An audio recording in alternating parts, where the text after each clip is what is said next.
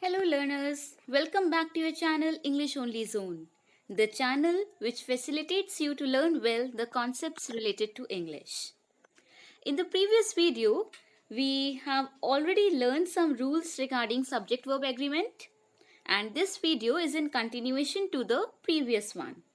We have already covered 8 rules in that video, and after the rules, I gave you one exercise also to solve. I hope that you all have solved the exercise. So let's quickly check whether you have marked the correct options or not. So the first sentence is the teacher as well as her students dash present. So what will be the answer? The teacher as well as her students. If you remember, we have studied a rule that if we add two subjects with the word as well as, the first subject will be taken into consideration for writing the verb. So the teacher, it is singular, so we will use the singular verb, that is was. Okay, let's find the second sentence now. The great poet and novelist dash dead. So what will be the answer here? The answer will be is. Why is? Because the great poet and novelist, they both are one only. They both are one person only. They are not separate people. If I would have written the great poet and the novelist, then I could have written are. Okay? Now let's see the third sentence. Neither food nor water dash to be found there. Neither food nor water was to be found there. The fourth sentence is, why dash you worry now? Why do you? Because you के साथ हमेशा do आएगा, plural verb आएगी. The fifth is, each of the drawers dash a separate key. Each of the drawers. हमने पढ़ा था जब हम each, every वगैरह words use करते हैं तो हम उसके लिए singular verb लगाते हैं. So, has will come. The sixth sentence is, time and tide dash for none. Time and tide, wait या waits. What will come? Time and tide waits for none. इसको हम singular ही मानेंगे because the concept behind writing time and tide is single concept only. The seventh sentence is, either my son or those children dash done this. Either my son or those children. तो either और में हम second वाले subject को consider करते हैं. So what will be the answer? Have. Now the eighth is, slow and steady dash the race. Again, slow and steady concept हमारा same है, single concept है, so wins will come. Eighth is, Hari, Sohan and Simi dash done their work. Have done their work because we are talking about more than one people. 10th is, my luggage dash very heavy. Luggage के लिए हमने पढ़ा था, यही sentence हमने पढ़ा था, my luggage is very heavy. We will consider luggage as singular. No matter how many bags are there in the luggage, we will always consider it as singular. The 11th sentence is, the servants as well as their master dash guilty. The servants as well as their master. If you remember, the first sentence also began with as well as, and we put the verb according to the first subject. So what will come? Verb will come. The 12th sentence, he as well as I dash innocent. Again as well as, so we will put the verb according to the first sentence, that is he is. He as well as I is innocent. Okay? So these were 12 sentences, and I hope most of you must have done the written the correct answers only. And if you have not written the correct answers, some answers are wrong, doesn't matter at all. एक बार में हम इतना सब कुछ learn नहीं कर पाते हैं. आप दोबारा से वीडियो देखना, and I know that you will be able to learn. Okay?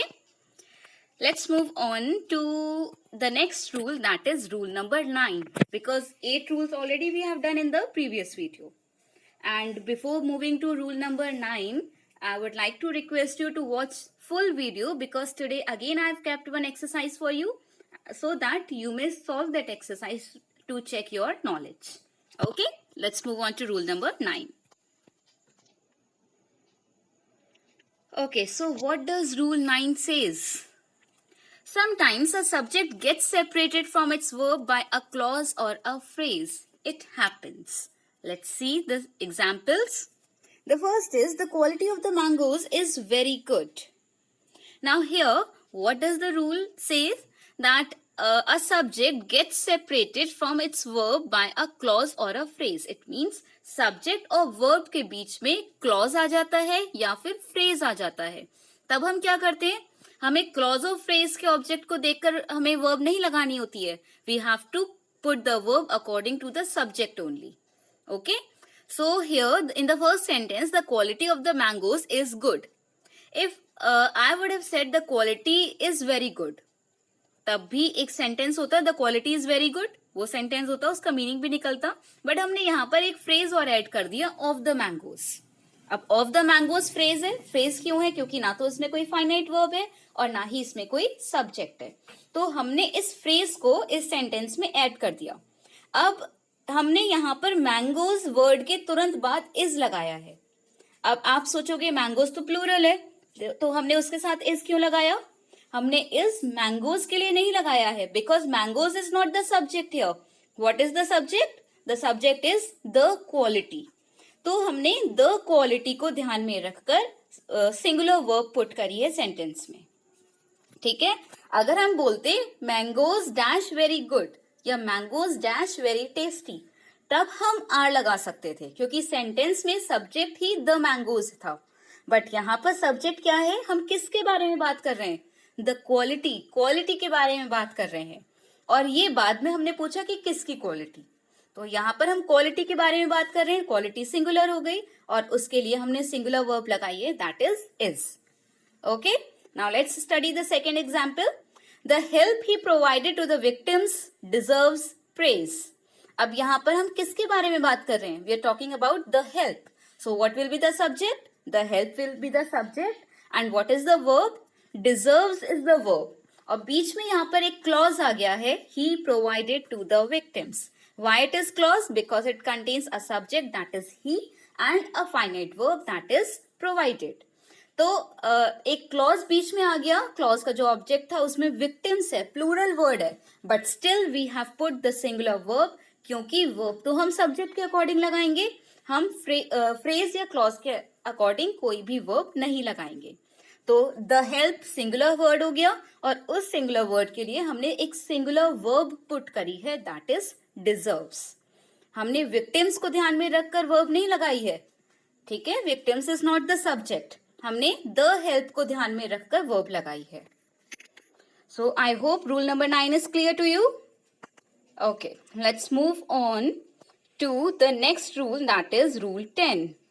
The subjects which are plural in form but singular in meaning require a singular verb.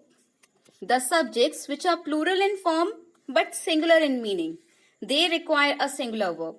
देखो, हमें मीनिंग समझना चाहिए सब्जेक्ट का. कुछ ऐसे वर्ड्स होते हैं जो फॉर्म में प्लूरल होते हैं, उनकी स्पेलिंग के जो एंड में एस आता है. ऐसे बहुत सारे वर्ड्स होते हैं, बट स्टिल हम उनके साथ एक सिंगुलर वर्ब पुट करते हैं according to their meaning. Let's study the examples. You will understand better with examples. The first example is mathematics is a tricky subject. Mathematics singular subject है. Mathematics बहुत सारे तो नहीं होते, सिंगुलर सब्जेक्ट होता है, लेकिन स्पेलिंग में क्या आ रहा है? एंड में एस आ रहा है, but still it is a singular subject. इसका मीनिंग तो सिंगुलर ही निकला ना, तो उसके लिए हम एक सिंगुलर वर्ब लगाएंगे, दैट इज.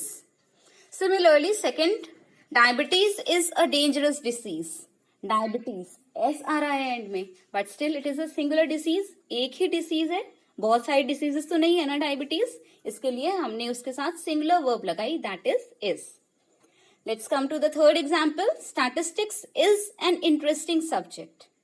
स्टैटिस्टिक्स लास्ट में एस आ रहा है, लेकिन सिंगुलर सब्जेक्ट है, इसलिए हमने उसके लिए इज लगाया. ऐसे बहुत सारे वर्ड्स होते हैं, like series, measles, there are many different words. Series हो गया, मीजल्स हो गया, पॉलिटिक्स हो गया, इकोनॉमिक्स हो गया. तो ये सब वर्ड्स ऐसे वर्ड्स हैं जो फॉर्म में तो प्लूरल होते हैं, लेकिन इनका मीनिंग सिंगुलर होता है. द सीरीज इज, सीरीज के साथ हम इज लगाते हैं. द सीरीज ठीक है, अकॉर्डिंग टू द मीनिंग, जो भी आपका वर्ड का जो मीनिंग होगा, सब्जेक्ट का जो मीनिंग होगा, हम उसके अकॉर्डिंग वर्ब लगाएंगे. Let's come to rule number 11 now. What says rule number 11? Some nouns which are singular in form but plural in meaning, they take plural verb. अब जो हमने अभी रूल नंबर 10 में पढ़ा था ना, उसका बिल्कुल ऑपोजिट हो गया. ये बहुत कम ऐसी नाउन्स होती हैं, बहुत रेयर केसेस में आपको ऐसी नाउन्स मिलेंगी which are singular in form but plural in meaning and they take plural verb. क्योंकि देखो मीनिंग प्लूरल आ रहा है उनका, इसलिए उनके साथ एक प्लूरल वर्ब आएगी. बहुत रेयर केसेस में मिलती हैं ये. सो एग्जाम्पल भी मैंने बस एक ही रखा है क्योंकि ऐसे क्वेश्चंस बहुत ज्यादा नहीं आते हैं. According to the present market rate 12 dozen cost 100 rupees. 12 dozen plural हो गया, तो इसके लिए हमने उसके साथ एक प्लूरल वर्ब लगाई है, that is cost. Okay, 12 dozen plural word है, इसलिए हमने उसके साथ एक प्लूरल वर्ब लगाई है, cost. Fine. Let's come to rule number 12. The subject none takes either a singular verb or a plural verb according to the sense. जो subject है none, वैसे तो वर्ड none है, none means nothing, लेकिन हमारा subject यहाँ पर none है, तो वो या तो सिंगुलर वर्ब लेता है या प्लूरल वर्ब लेता है according to the sense of the sentence. Let's see the examples. The first example is he asked for a servant but none was there. उसने सिर्फ एक सर्वेंट के बारे में पूछा था ना. He asked for a servant. A servant means one servant. He asked for one servant, but none was there. लेकिन कोई भी servant नहीं था. तो एक ही servant के बारे में पूछा और none was there. तो none के साथ हमने was लगाया क्योंकि एक ही servant के बारे में पूछा और वही एक servant नहीं था. उसका मीनिंग सिंगुलर निकला none का यहाँ पर. अब सेकेंड सेंटेंस में none of the classmates were there. अब यहाँ पर हम बहुत सारे क्लासमेट्स के बारे में बात कर रहे हैं. क्लासमेट्स बहुत सारे थे, लेकिन उन सारों में से कोई भी क्लासमेट नहीं था. मीन्स सारे ही क्लासमेट नहीं थे, तो यहाँ पर सेंस क्या आ गया, प्लूरल सेंस आ गया. हम क्योंकि सारे क्लासमेट्स के बारे में बात कर रहे हैं जो वहां पर नहीं थे, तो इसलिए नन के साथ यहाँ पर हम प्लूरल वर्ब लगाएंगे, वर. अब देखो एक चीज और, यहाँ पर एक और रूल भी लग रहा है, बीच में फ्रेज आने वाला. None were there, of the classmates हमने यहाँ पर फ्रेज ऐड कर दिया. तो यहाँ पर फ्रेज को हमने ध्यान में रखकर नन का मीनिंग रखा है. यहाँ पर अगर देखो सब्जेक्ट नन है तो आप फ्रेज को ध्यान में रखकर उसकी वर्ब पुट करोगे. अदरवाइज नन के अलावा कोई भी वर्ड है तो आप फ्रेज को ध्यान में नहीं रखोगे, आप सब्जेक्ट को ध्यान में रखोगे. बस नन एक ऐसा वर्ड है जिसके लिए हमें फ्रेज को ध्यान में रखकर वर्ब लगानी होती है. Do not gate confused in this. Fine. I hope you have understood rule 12. अगर रूल 12 अभी भी समझ में नहीं आया, इसको थोड़ा सा रिवाइंड कर लो और फिर दोबारा से समझ लो. Now let's come to rule number 13. When the subject is a proper noun in plural form, it will be considered as singular and will be followed by a singular verb only. Understand it clearly now. बहुत simple है. जब subject एक proper noun होता है, proper noun names of some people, names of books, किसी भी चीज का नेम, कोई खास नेम जो होता है उसको हम प्रॉपर नाउन बोलते हैं ना. So when the subject is a proper noun in plural form. अब नाउन तो है लेकिन है फॉर्म में प्लूरल, तो प्लूरल फॉर्म में है, इट मीन्स लास्ट में एस आ रहा है. It will be considered as singular, लेकिन हम उसको सिंगुलर कंसिडर करेंगे and it will be followed by a singular verb only. और क्योंकि हम उसको सिंगुलर कंसिडर कर रहे हैं इसलिए उसके साथ एक सिंगुलर वर्ब आएगी. Let's see the examples. The Arabian Nights is my favourite book. The Arabian Nights, nights plural form में आ रहा है, एस लगा हुआ है, but the Arabian Nights is the name of a book ना. ये एक बुक का नेम है, तो बुक तो एक ही है, तो उसके लिए हम इज लगाएंगे. ठीक है, हम यहाँ पर सिर्फ नाइट्स की बात नहीं कर रहे हैं. We are talking about the name of the book, that is the Arabian Nights. और ये एक ही बुक का नेम है, इसलिए उसके साथ हम इज लगाएंगे. Now let's come to the second example. The United States has a big navy. Now here we are talking about the United States. अब United States S क्यों लगा हुआ है? क्योंकि it's a group of countries, ये countries का group है ना, यूनाइटेड स्टेट्स ऑफ अमेरिका, लेकिन हम उसको सिंगुलर मानते हैं क्योंकि वो ग्रुप है, और ग्रुप कैसा है, सिंगुलर ग्रुप है। तो मीनिंग में क्या आया, एक सिंगुलर कंट्री आई ना, तो यूनाइटेड स्टेट्स ऑफ अमेरिका, हम बोलते हैं अमेरिका ने ये किया।